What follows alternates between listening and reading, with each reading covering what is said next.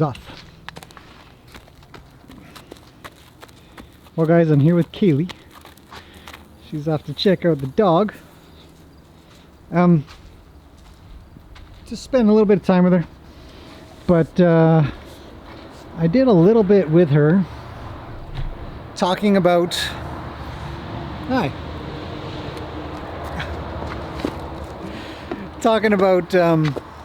tying and why we tie horses up, or check to see if we can tie them up, or teach them to tie. Pretty important. And what I do to do that. Now the reason I checked it out is just because she was having a little trouble getting the trailer and how she's responding to that, which I explained in the video. But I also want to say I really apologize for the quality of the audio. It's with the GoPro. It's the only camera I had in my pocket. And as they say, the best camera that you can have is the one that you have on you. But it was a good opportunity to quickly capture something that I thought you guys might find interesting. Tying a horse is important. You want them to be able to stay in a spot and not freak out, not get worried, just because they can't really move much, and not get too worried about it. So that was the point of it. I think it was an important thing to cover and a safe way to do it. I mean, you never know when you got to leave them alone and have them just stay in one spot. So without further ado, here's that clip. Again, you know, the audio is not the greatest, but the content is. So hopefully you enjoy this, and I'll see you guys in the next video.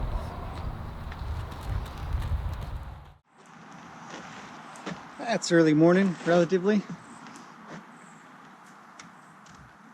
I'm taking an opportunistic time while Ruli's out having a scratch and a roll to see if she ties okay. There's certain things that horses do that make you wonder, does this thing tie okay? And one of the things that she tried to do when she tries to go backwards, she would come up, and sometimes when they're, just a couple flies, when they're going up, when they're leaving, it kind of means that their back feet are locked up when we want them forward. So if I ask her forward here, it's good. That's a really good thing, because I want her to continue to think that when I ask forward, it's pretty good. I don't know if I'd have much trouble.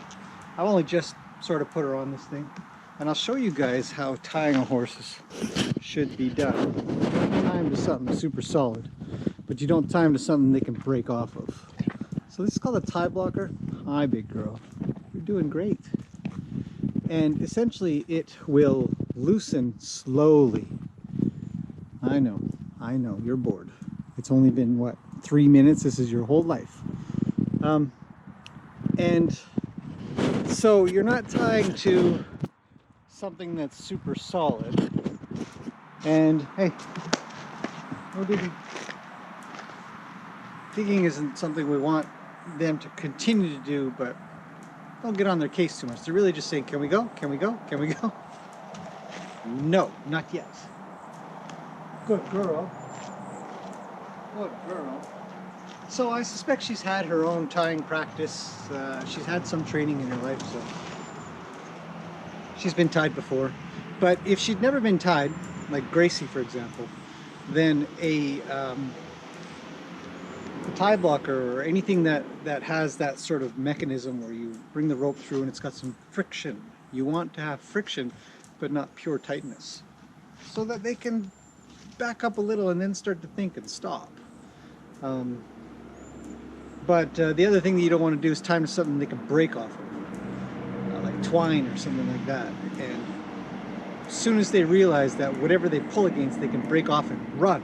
Because as soon as they break, they'll quite often run off. And I've seen horses get hurt, people get hurt. Horse has no idea what it's doing, it's just leaving the scene.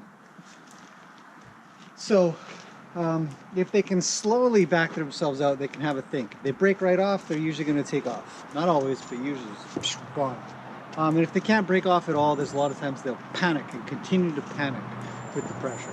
So, happy medium. Anyways, she's such a lovely horse. Okay, I'm going to end that there. But something to think about if you want to teach a horse to stand around in one spot. The other thing that I'm doing is I'm here, but I'm not. Okay, I need some fly spray. I'm here, but I'm not staying here. So I wander off, go get my coffee. I wander off and go fix something. But I'm always coming back when she's quiet, you know, because she stays pretty quiet. I don't try to leave too long. And I just say, good girl. Hey, good girl. Yeah.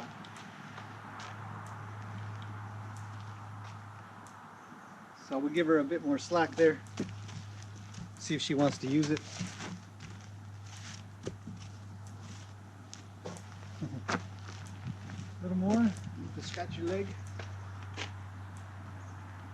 It provides just enough tension that if they try to kind of move a little, it stays. But if they were to pull continuously, then it releases a bit.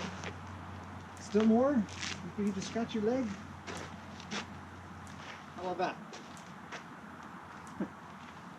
Can you reach now? So there you go, that's it. Here comes a loud vehicle. Alright, cement truck has gone by. So yeah, we're just gonna work at this for a little bit and then continue on, bring Ruli back and then use the arena. So I will see you guys again very soon.